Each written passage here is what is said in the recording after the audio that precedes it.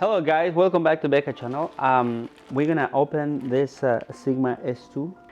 This is a bar and with this subwoofer on it. So we're gonna just connect this to the TV and we'll find out if this is good enough to have some sounds. If you're looking for something under $200, here it is. Let me tell you at the end of this video if this is for you. Okay, here when you open it, it comes with and the power connector for the subwoofer and for the speaker to control the battery, and of course with the HDMI. We'll put this on the side for now, and the guide.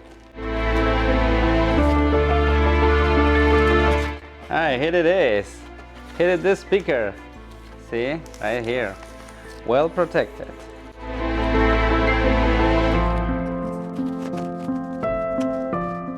Here it is with this sticker saying premium theater sound.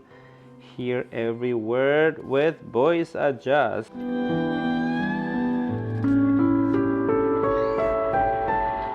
So this is the sub. We'll take it out at once.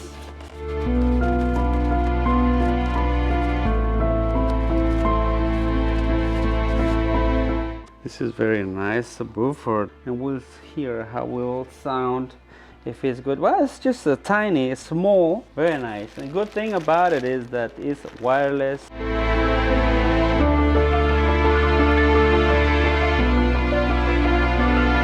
It will connect the power supply here. Wire needs to be connected to the power line too, so we put it here.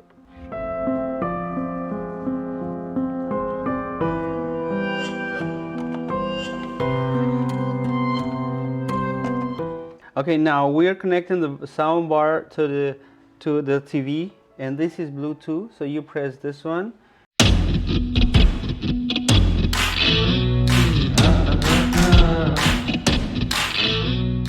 It's connected already. So basically, when you connect the sound bar, the subwoofer will sync each other and be in sound together. So now we're gonna hear the sound of the sound bar and the sub.